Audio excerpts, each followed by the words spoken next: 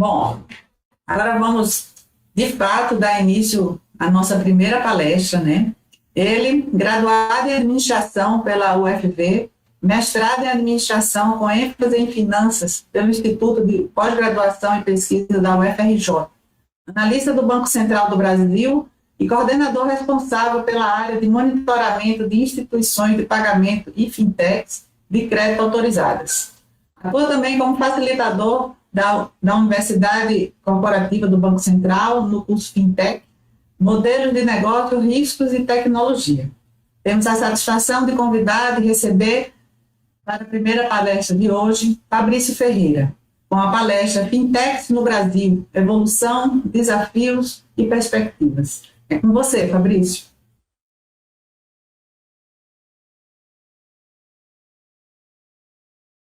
Fabrício, o microfone está fechado.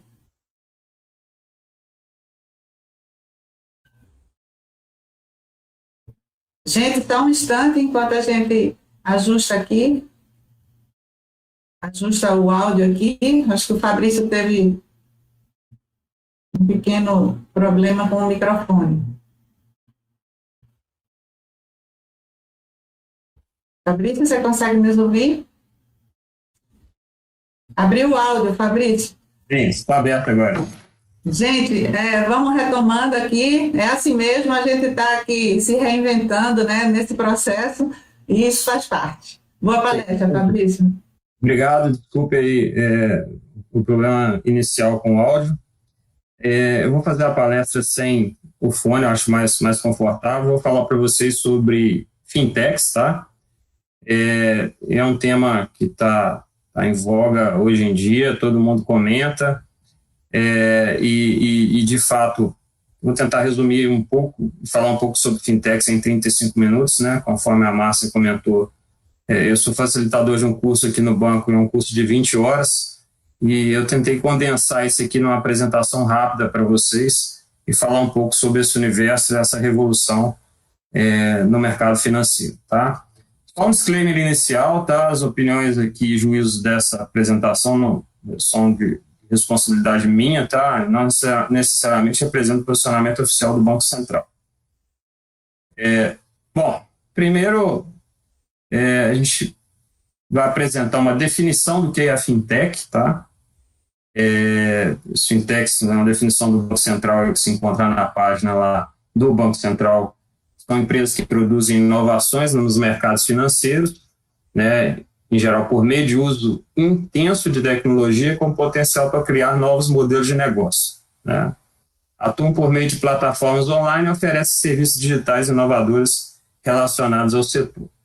Bom, muitas vezes o diferencial, a inovação não está necessariamente no uso da tecnologia, porque às vezes os incumbentes também têm a mesma tecnologia, mas sim no modelo de negócios, né? Eu gosto até de citar um exemplo até fora da área financeira, entre Blockbuster e Netflix, por exemplo. Todo mundo pensa que o Netflix entrou com a disrupção de fato só com a tecnologia, com streaming, com 4K, e de fato, no início, quando a Netflix começou a concorrer com a Blockbuster nos Estados Unidos, a diferença estava no tratamento e no modelo de negócio, no tratamento ao cliente e no modelo de negócio, né? Ambos, Blockbuster e Netflix, faziam entrega de DVDs pelo correio, né?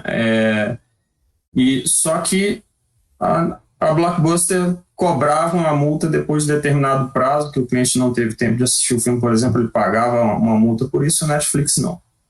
Tá? Claro que depois, de forma disruptiva, a Netflix veio com serviço de streaming, oferecendo 4K, enquanto o cabo, as TVs a cabos não ofereciam, por exemplo, aqui no Brasil, e satélites também, ou seja, elas tiveram que correr atrás no caso da tecnologia da Netflix de streaming. Mas, de fato, o que foi no início disruptivo foi essa diferença no modelo de negócio, e tem N outros exemplos, por exemplo, em se tratando do Waze lá, com 2 pessoas em Israel, que de uma forma totalmente inovadora acabou com o modelo de negócio, por exemplo, da Nokia, que tinha comprado uma rede de sensores de monitoramento de tráfego por toda a Europa. Então, assim, de forma resumida, 2 palavras condensam esse conceito de fintech. Um é o fim de financeiro, de finanças, e outro é o tech, de tecnologia. Tá? Bom, o que essas fintechs têm feito de fato? Né? Elas não nascem grandes, geralmente são startups, e elas se concentram em determinado nicho de negócios na área financeira. Então, existe um conceito que chama assim unbundling, né, que é desagregação.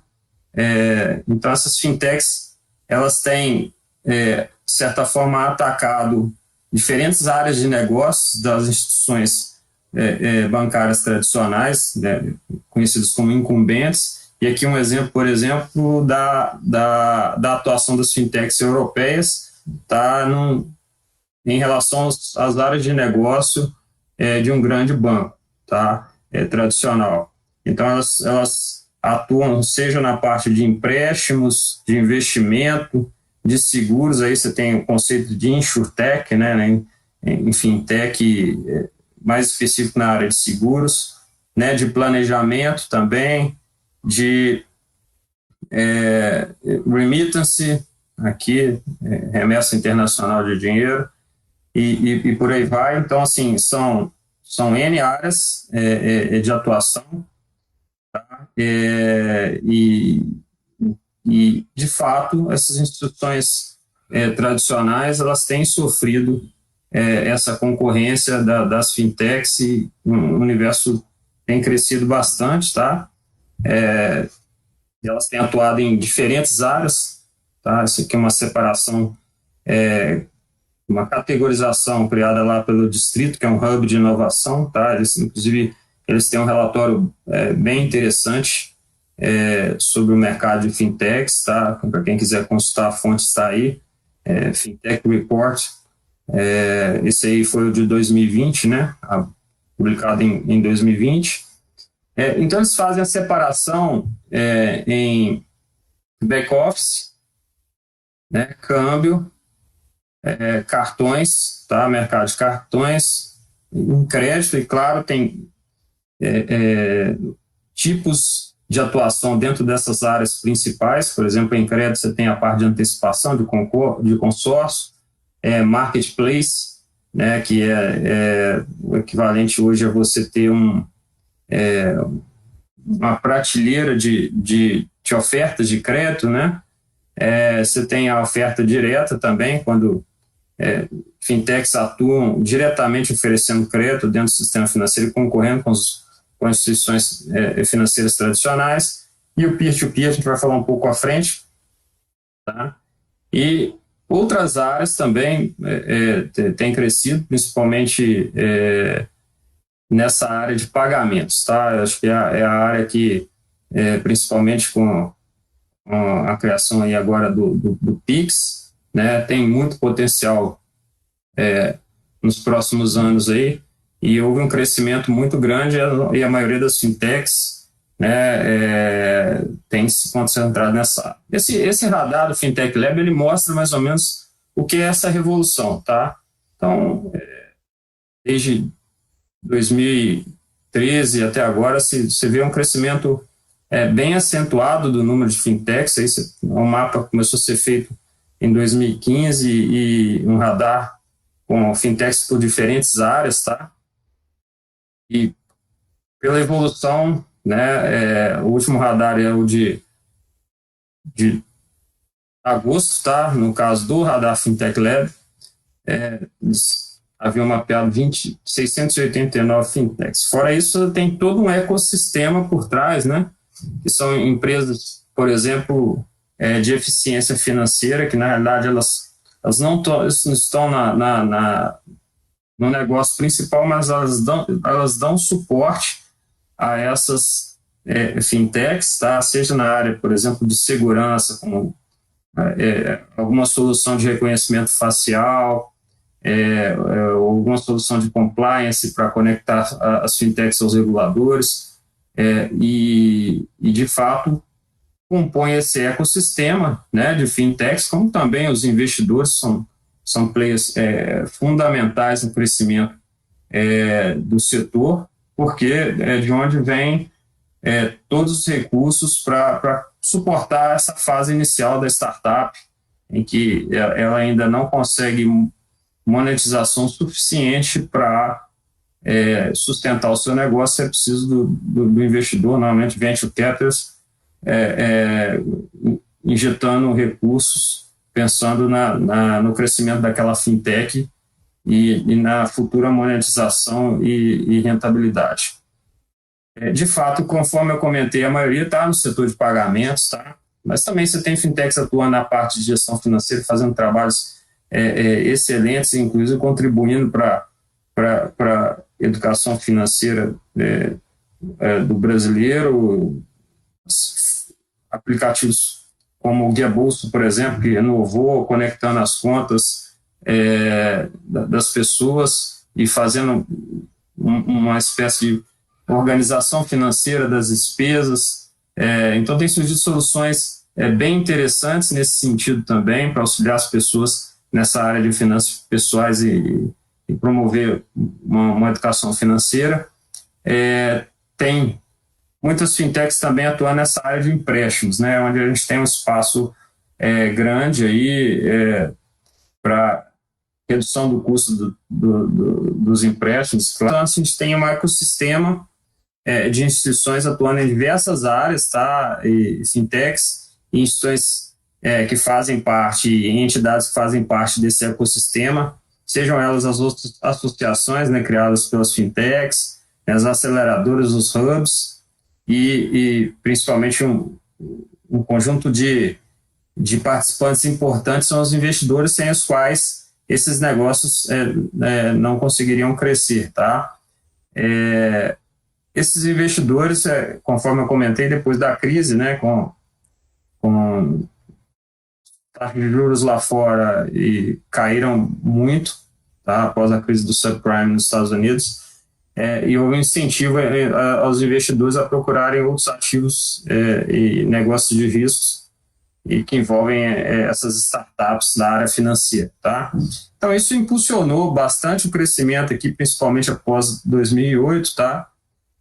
Do número de fintechs. Aqui no Brasil, esse movimento se observa mais a partir de 11 até 17, depois há uma queda, mas mesmo assim continuando um patamar muito alto, tá? Com a perspectiva agora, inclusive com a entrada do Pix, de se dobrar aí o número de fintechs, principalmente essas atuando na área de pagamentos, tá? Então, isso aqui, claro, os números eles são diferentes entre uma empresa que faz análise e outra, tá? Até porque por questões metodológicas, esses números aqui são do distrito, né? Com 742 fintechs, né? Já saiu um relatório mais recente com um número um pouco maior. Então, a todo momento, novas fintechs vão sendo cadastradas nas bases de dados das empresas que fazem acompanhamento desse mercado, tá? Mas fato é que grande parte, tá, estão na área de pagamento e de crédito, tá? E também na área de back-office, aqui fornecendo soluções para empresas não financeiras, seja na gestão de fluxo de caixa, de recebimentos, então, assim, um diverso número de soluções sendo implementadas e favorecendo aí a produtividade das empresas não financeiras também, tá? Onde é que essas fintechs estão localizadas, né? Aqui é claro que no Brasil grande parte dos negócios se concentra no estado de São Paulo, né? E a maioria das fintechs, mais de 50% são concentradas lá, né? Centro financeiro, e muito embora outros estados como Minas, Rio Grande do Sul e no Nordeste, no caso aí até Pernambuco, tenham também um conjunto relevante de startups, tá? Até por tradição nessa área, tá? Mas grande parte está em São Paulo, que hoje é considerado aí o quinto centro em termos de inovação mundial, né? Atrás de cidades como São Francisco, Singapura, Londres, né? Entre outras que são hubs de inovação no mundo, Nova York. E essas fintechs também, tá? Elas têm empregado bastante, tá? Embora a maioria ainda tenha porte pequeno, né? Mediano aqui, por exemplo, na área de pagamentos, vocês estão falando de 13 funcionários, né? Embora essa é a área que mais emprega, porque ela é mais intensiva, principalmente para o suporte aos pontos de venda, ela é mais intensiva em pessoas, tá? E até para poder... O Brasil é um país com dimensões continentais, então, para você prover serviços também nessa área financeira e chegar até a ponta lá do pequeno estabelecimento, principalmente nessa área de pagamentos, você precisa ser um pouco mais intensivo em pessoas, né? E pessoas são importantes.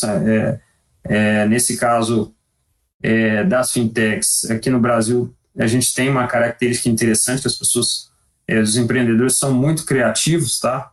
Então, tem soluções na área financeira, as áreas que a gente não encontra em outros lugares do mundo, elas nascem aqui com características bem específicas aqui do nosso mercado, né? E fato é que existem algumas, claro, se destacando, fintechs que receberam investimentos, a exemplo da própria Nubank, que hoje a gente tem um conceito de unicórnio nesse mercado de fintechs, são empresas que valem mais de $1 bilhão, tá? Então, por exemplo, o Nubank já foi avaliado em 10 bi de dólares, né? Então, assim como outras fintechs, como a Ebanks, foi avaliada em 1 bi. Então, nós temos aí algumas fintechs de destaque, tá? Que chegaram, inovaram, receberam investimentos de investidores externos e conseguiram crescer. Mas fato é que elas têm gerado emprego, têm gerado crescimento para a economia e gerado competição, que é um ponto importante da atuação dessas fintechs, tá? Outra questão que tem proporcionado o crescimento também é que os reguladores têm implementado mudanças buscando fomentar a competição e maior inclusão financeira, né? Antes da pandemia, o Brasil tinha lá em torno de 45 milhões de pessoas desbancarizadas, segundo um estudo realizado ano passado. E, claro, com a pandemia, para a questão de auxílio emergencial e uma série de outras questões envolvendo dificuldade de se obter recursos em agências que foram fechadas com pandemia e essas questões que envolveram toda essa crise do Covid-19, houve uma aceleração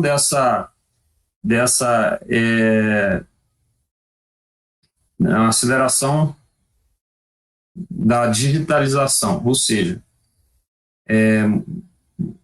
muitas pessoas que antes não tinham contato, não utilizavam o celular ou a internet para fazer operações e transações financeiras, começaram a utilizar esses canais, tá?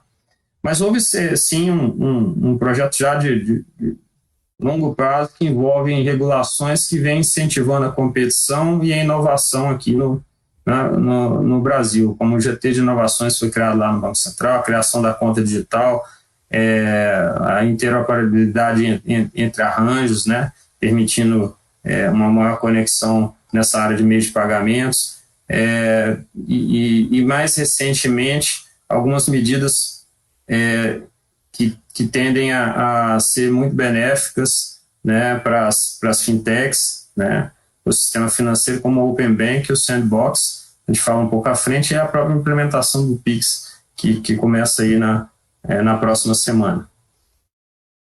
Bom, mas uma das inovações aí que a regulação teve que tratar para que pudesse florescer esse grupo de fintechs que atuam na área de crédito, que é uma questão que preocupa governos e os reguladores, foi a criação de duas entidades específicas, né, conhecidas como fintechs de crédito, que são a Sociedade de Crédito Direto e a Sociedade de Empréstimo entre Pessoas. Né? Houve uma consulta pública lá em 2017, depois uma resolução do Banco do CMN em 2018, instituindo a figura dessas duas instituições financeiras para que elas pudessem conceder crédito no nosso sistema de forma regular.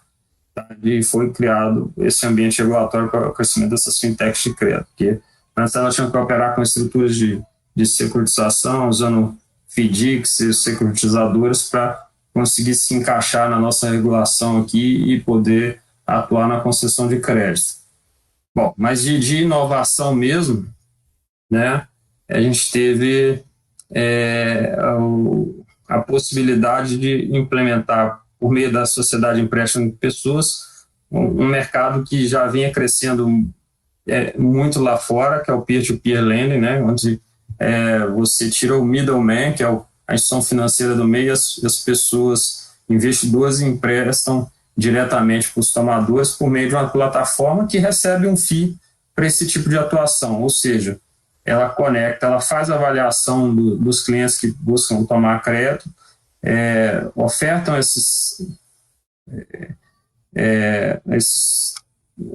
investimentos para os tomadores, né, para os investidores, perdão, que fazem seus investimentos diretamente nas pessoas ou empresas que interessadas em tomar crédito. Tá? Então, o Banco Central regulamentou isso por meio da CEP e passou a ser mais uma alternativa aí tanto para tomadores de crédito quanto para investidores, ou seja, o tomador tem a possibilidade de tomar um crédito a um custo mais baixo, o investidor de ser remunerado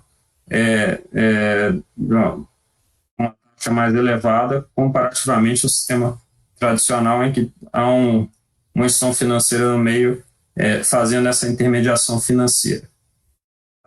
Então, é um mercado ainda aqui embrionário no Brasil, que com a taxa de juros mais baixa tem um potencial de crescimento, né, porque o peer-to-peer lending é uma classe de ativos interessante, onde o investidor consegue ter, dentro de determinado nível de risco, um retorno melhor do que tem atualmente com títulos públicos e outras alternativas de investimentos no sistema bancário tradicional. E já existem diversas fintechs atuam nessa área de crédito direto, tá? Esse grupo de peer-to-peer lending aqui, tá? Algumas já autorizadas, outras em processo de autorização, tá? Mas fato é que elas operam com uma estrutura atualmente se adequando à regulação, e o Banco Central proporcionou essa mudança regulatória para que isso pudesse mitigar o risco regulatório dessas instituições, tá, de operar aqui no Brasil. Só deixando claro que tem um grupo aqui de instituições, tá, que são essas chamadas de marketplace, que são os antigos correspondentes bancários tradicionais que foram para o online, né? Quer dizer, antes você tinha alguns correspondentes que se situavam no centro das grandes cidades, ofereciam crédito de instituições financeiras de bancos ou financeiras, viraram uma espécie de busca-pé de crédito, em que essa fintech, você preenche os dados, ela oferta uma série de parceiros lá e ela recebe uma comissão por isso. Então, passou a ser um correspondente bancário online. Tá? Benefícios, tá, das fintechs. Você tem aí aumento da eficiência e concorrência no mercado de crédito, né? Isso é fato, você passa a ter mais concorrentes ofertando crédito no mercado, possibilita acesso ao sistema financeiro nacional para alguns nichos que talvez não interessasse tanto às instituições financeiras tradicionais em questões de risco, e rentabilidade, né? Então, essas fintechs, tem fintechs atuando nessa área, promovendo esse acesso ao sistema financeiro. A diminuição da burocracia, acesso ao crédito, muitas vezes, nem sempre o crédito de uma fintech é mais... ele tem um custo mais baixo, mas ele é menos burocrático, né, o que facilita esse acesso dos tomadores ao crédito. Também tem a criação de condições para redução do custo do crédito, né? Eu acho que, assim, como elas operam mais enxutas, com uma regulação mais leve em termos de exigência de capital, elas podem ter custos menores, e no próprio modelo do peer-to-peer, a tendência é que haja uma redução de custo mesmo, porque não há um intermediário ali correndo risco de crédito, tendo que garantir o investimento do depositante, tá? Promove inovação nessa área financeira. Existem diversos modelos aí surgindo, inclusive modelos em que a possibilidade, fintechs, a possibilidade de você emprestar limite do cartão de crédito, realmente nesse sentido é aquilo que eu comentei antes. O brasileiro é bastante criativo em promover soluções e inovação nessa área financeira, e a rapidez e celeridade nas transações, tá? Bom, embora tenha os benefícios, tá? As fintechs elas têm ainda uma perspectiva muito interessante aí com tudo que a gente tem visto acontecer em termos de atuação dos reguladores, tá? Então, você tem o Open Banking chegando a partir desse ano, do próximo ano, em que você vai ter com o compartilhamento das informações por meio de APIs, né? Isso vai facilitar que novos players tenham acesso às informações financeiras dos seus clientes, porque o dado é do cliente, tá? É do consumidor. A entrada do Pix aí, né? Também vai possibilitar aí a área de pagamentos entrar no mundo das fintechs, que realmente funciona 24/7, né? 365 dias por ano. Então, você está entrando e propiciando uma infraestrutura que já existe em outros países, para que seja possível essa maior interoperabilidade entre as instituições, a realização de pagamentos instantâneos e esse sistema mais aberto, né? Ou seja, está tudo se conectando aí, e recentemente também com o Sandbox, né? que é algo que já existe, por exemplo, no Reino Unido há mais tempo, mas que a experiência foi muito positiva, em que as fintechs podem operar dentro de um ambiente controlado ali, né? Claro, se submetem a um processo de autorização, e o regulador, os reguladores, não estou falando também que pode ser no caso da CVM, da SUSEP, podem acompanhar aquela inovação de perto, avaliar os riscos de uma forma mais controlada, com um número restrito de clientes, tá? E aí, por meio desse acompanhamento, depois ele pode fazer os ajustes regulatórios necessários, né, e autorizar esses novos negócios inovadores, tá? Para encerrarmos aqui, existem também, claro, nem tudo são flores, existem os riscos também para as fintechs, tá? E desafios. Um deles elas têm que correr atrás de novas formas de rentabilização, porque existe uma disputa aí por clientes, né? Como você tem novas fintechs surgindo, claro, algumas irão crescer, outras podem morrer ao longo do caminho, e isso é fato, faz parte de uma sociedade capitalista. Então, existe aí uma disputa mais acirrada, seja por clientes, seja por investidores. Isso, muitas vezes, tem custo, tem que tomar um certo cuidado para não chegar a uma concorrência, uma competição predatória, em que, para eu obter clientes, eu tenho que operar muito negativo. Isso vai depender muito também do poder econômico dos players, tá? E aí você tem, na outra ponta, players com um poder econômico muito elevado, né, que são as grandes instituições financeiras e conglomerados, né, que têm intensificado as aquisições aí no setor, daquelas fintechs que podem representar uma ameaça ou que são uma excelente oportunidade de investimento. Então, claro que, obviamente, essas instituições, os incumbentes, estão perdendo market share em algumas áreas de negócio, eles vão se defender em relação às fintechs. Isso é um desafio para o setor também. Outro ponto é a educação financeira da população, né? Isso é sempre uma preocupação também do regulador. Assim, pesquisas mostram, né? Se você olhar para o Brasil, ele não sabe tomar crédito. Inclusive, tem fintechs que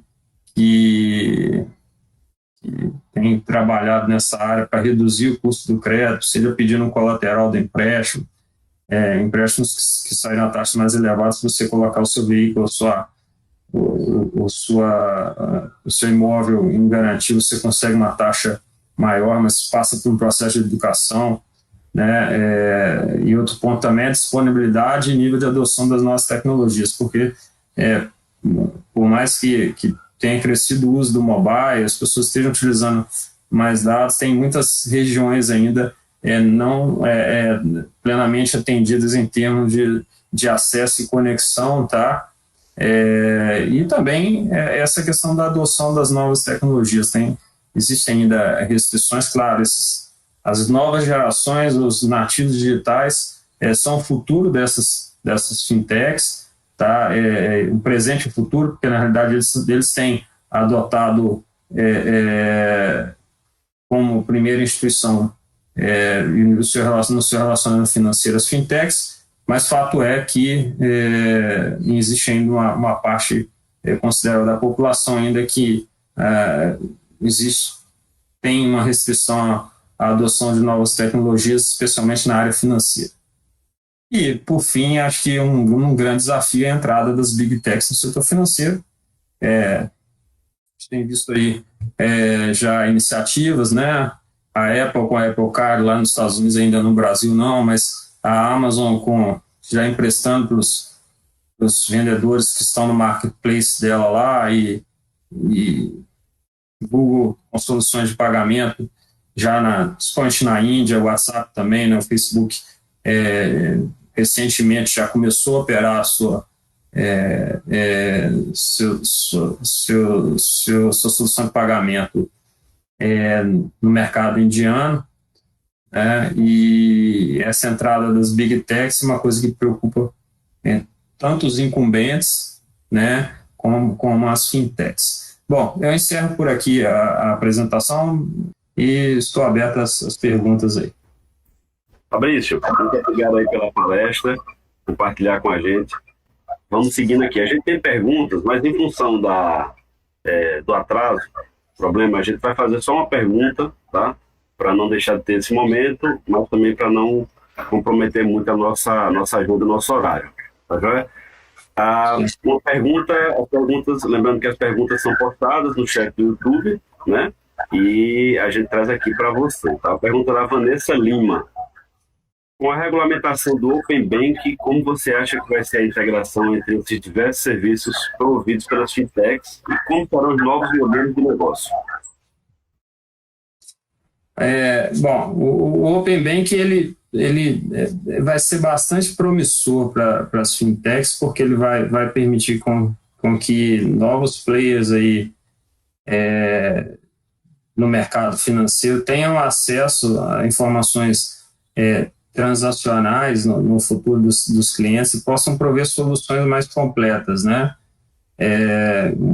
Um exemplo disso hoje, se você quiser fazer uma portabilidade do crédito imobiliário, por exemplo, você tem que bater de porta em porta em cada banco puxando as cotações. No futuro, como, por exemplo, com o Open Banking, você poderia já receber as ofertas por meio de um aplicativo que faça esse processo de portabilidade e facilite essa portabilidade, seja no crédito imobiliário, seja no crédito consignado, outras modalidades de crédito.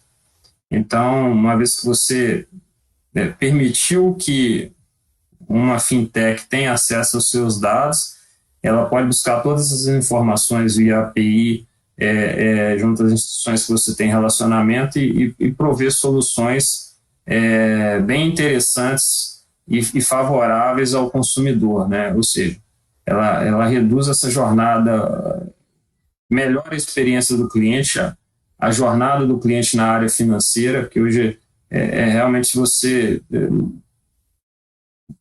muitas portabilidades não acontecem porque as pessoas têm dificuldade de ficar cotando nas diversas instituições financeiras as taxas, e o processo passa a ser inverso, ou seja, quem tem a melhor taxa pode te fornecer essa informação de uma forma mais fácil, sabendo a taxa que você tem em outra instituição financeira. Então, acho que essas perspectivas do Open Banking são bastante favoráveis a esse universo de fintech, seja na área de pagamento, seja na área de crédito, de investimentos, de seguros, etc. Beleza, Fabrício. A gente tem outras perguntas, mas a gente vai te mandar alguns de colegas aqui do CERP, então você vai ter a oportunidade de respondê-los também, mas aí a gente faz de outra forma, tá bom?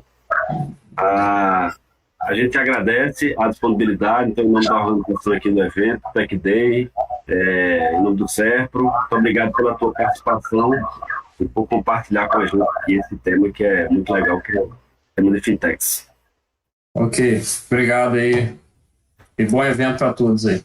Obrigado, Fabrício. Pessoal, a gente segue então com a programação, a gente vai fazer um intervalo agora para organizar as salas, lembrando que a gente tem um debate aqui na sala principal e as demais programações nas salas simultâneas, tá? Voltamos daqui a pouquinho.